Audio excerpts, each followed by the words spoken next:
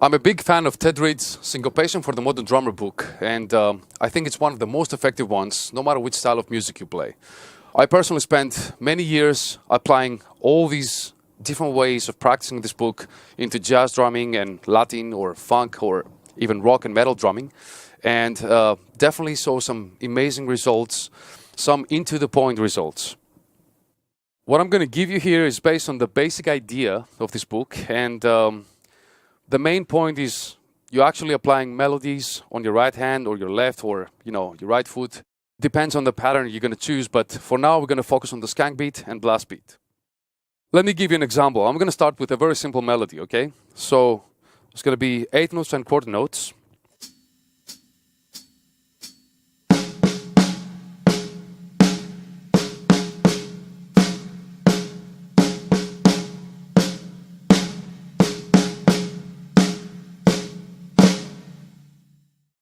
Now I'm going to apply this melody on my hi-hat while playing a backbeat, okay? So we'll be like...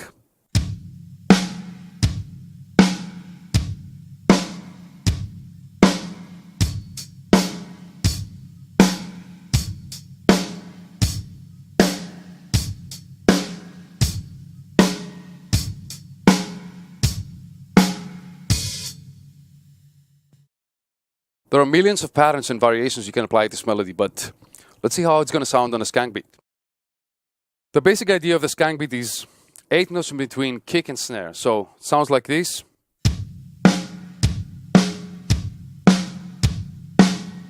And you count it as 1 and 2 and 3 and 4 and, okay? It's a little bit faster.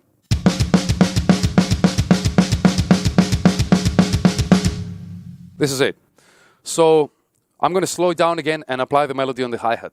It's going to sound like this.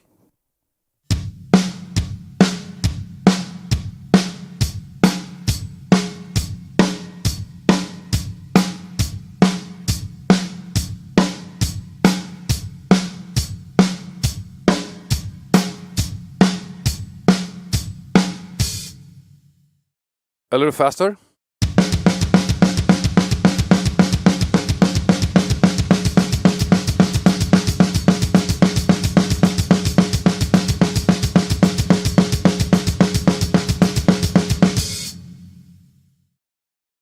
This is not going to be an easy one, and the main thing you have to be focused will be the relationship in between kick and snare, okay? This is the main thing. This has to be very tight no matter what you do on your right hand, okay?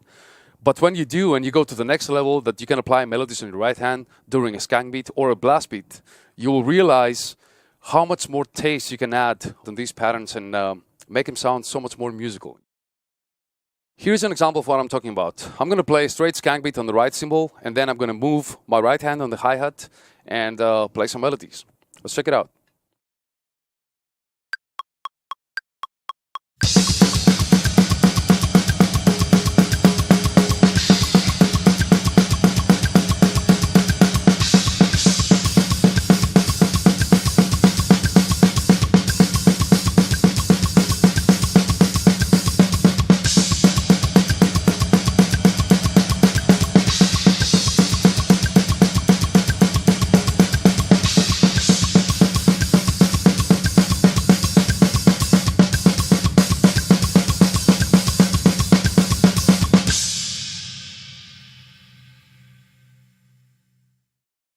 Let's go back on the melody and add it on the blast beat right now. So I'm going to review it one more time for you.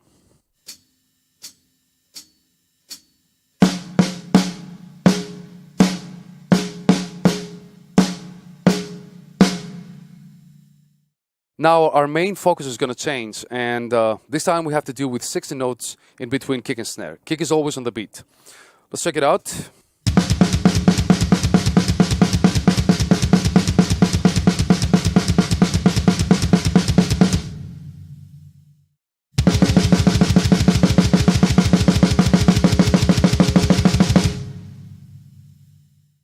Applying the melody in the hi-hat.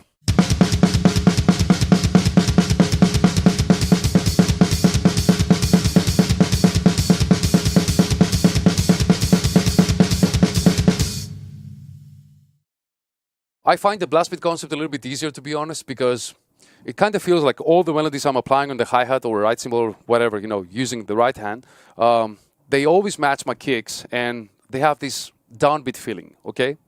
While on the skank beat, it's exactly the opposite. For example, I'm going to play on and off the beat accents.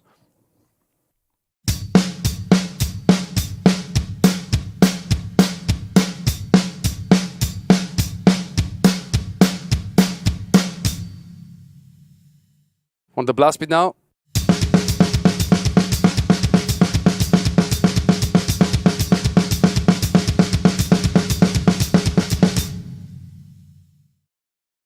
Still the blast beat, it's not going to be an easy situation because of the relationship of kick and snare.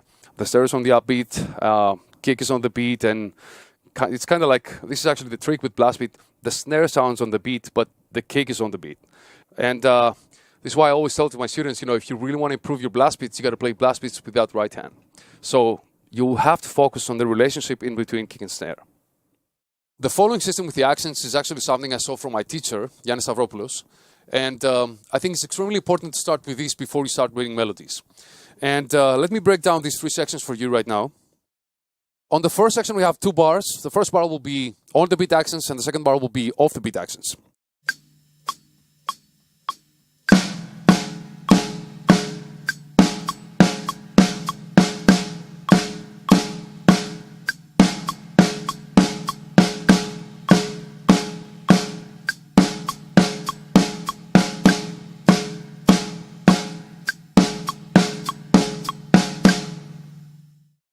On the second section now, we have, again, two bars. First bar will be on and off the beat accents on the first and the third beat.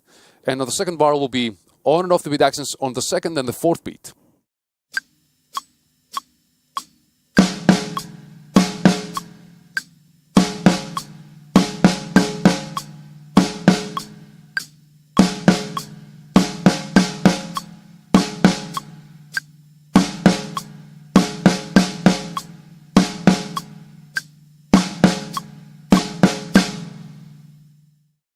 On the last and third section, we have one bar with on and off the beat accents.